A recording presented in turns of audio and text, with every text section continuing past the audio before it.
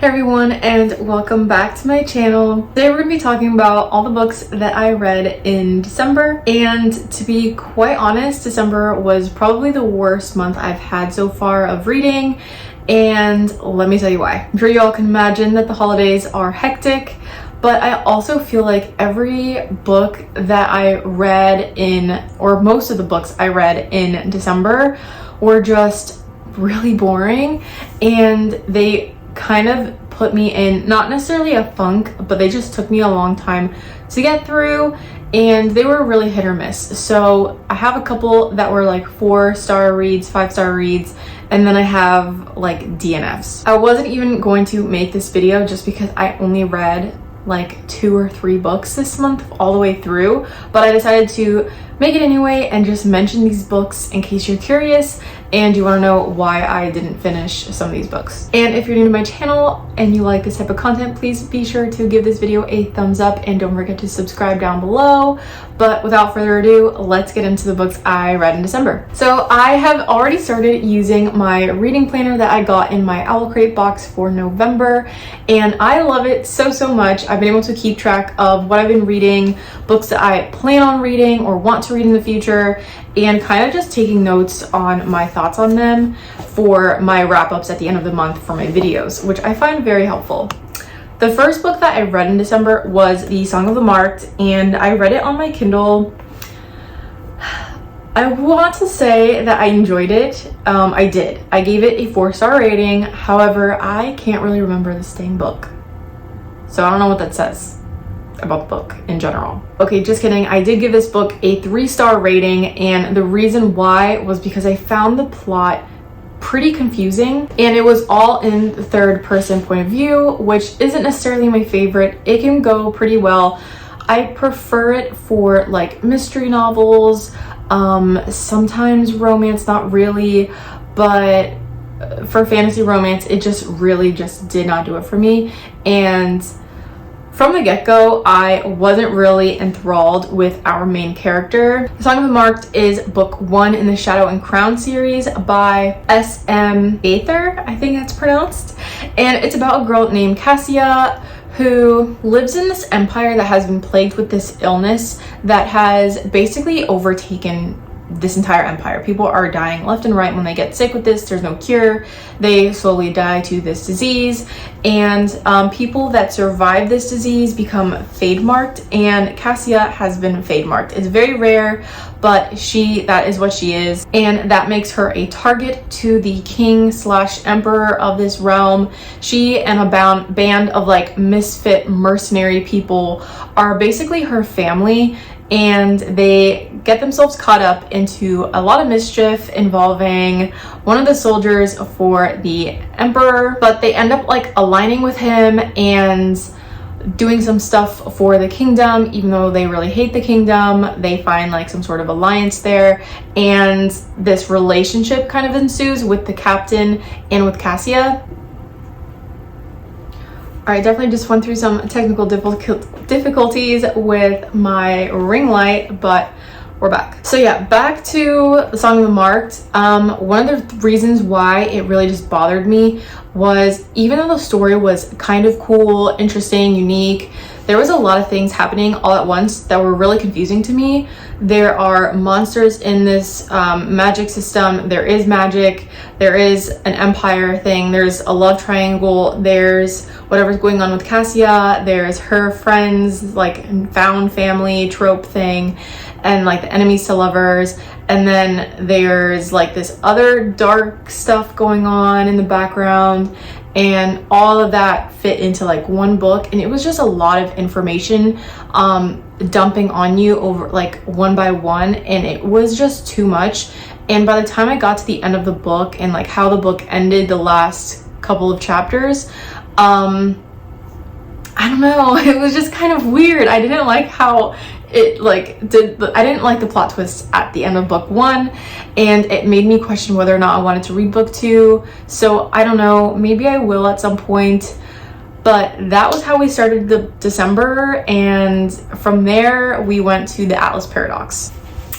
And the Atlas Paradox, I got like 100 pages in. I was so excited for this book. I loved The Atlas 6 by Olivie Blake. I raved about it. I have like a review video I can put up here. Really enjoyed that book. And once The Alice Paradox came out, I was trying to like give myself a recap on how book 1 ended. And it's probably my fault that I did not do a quick recap on it. But by the time I started reading it, I was super confused. I didn't really remember everything that was going on.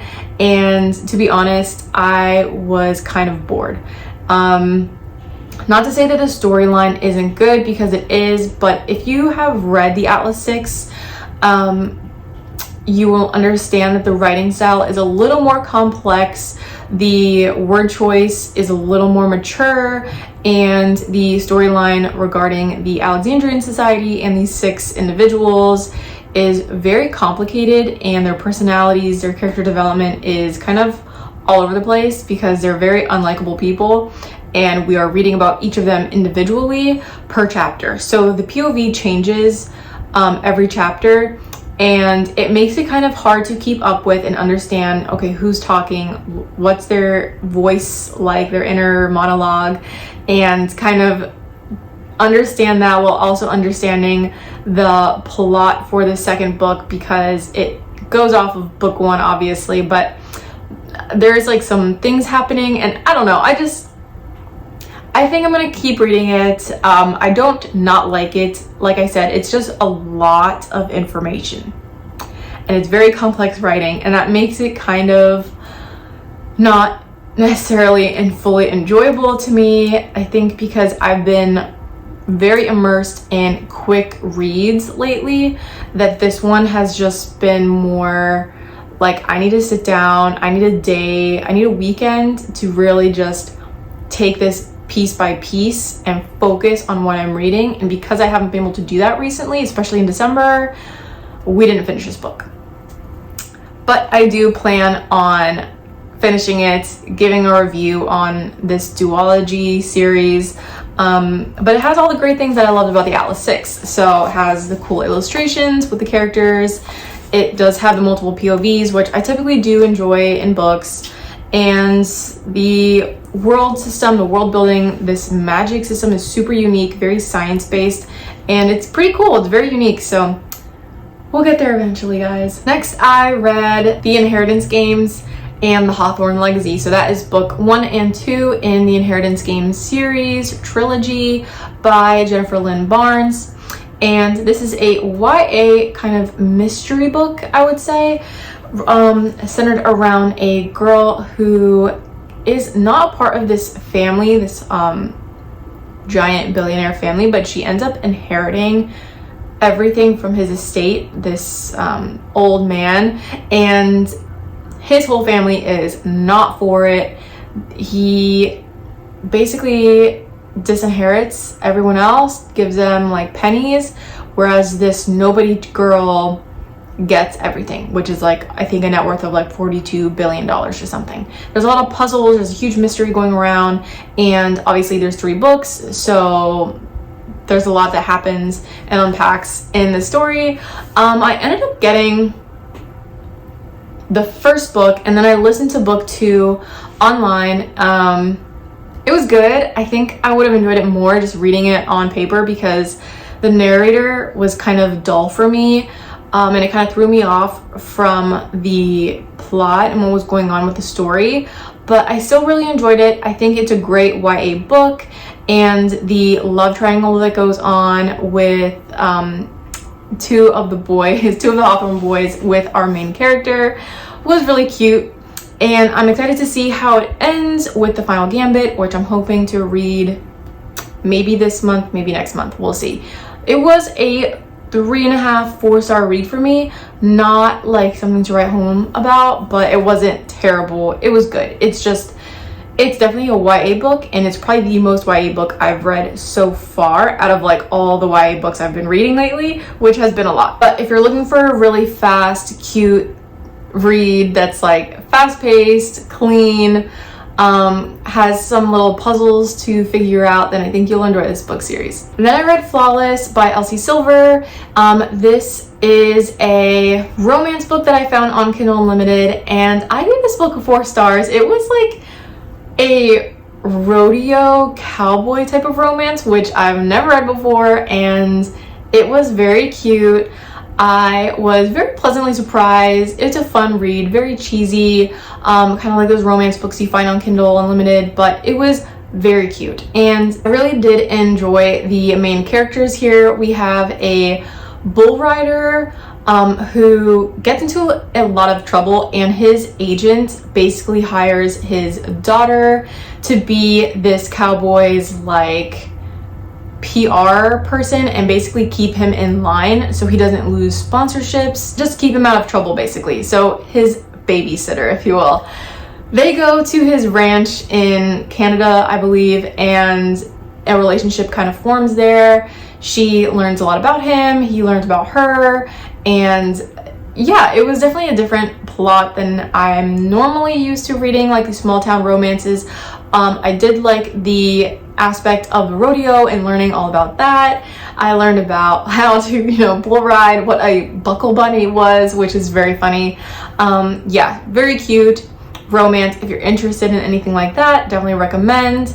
I'm interested in reading more books by her for a quick little read for a drive or just something to get your mind off things. I think this was a really good book for that. Highly recommend. The last book that I read, or I guess started to reread, was Ballad of Never After, but I didn't end up finishing it because, again, holiday season just kind of got the better of me.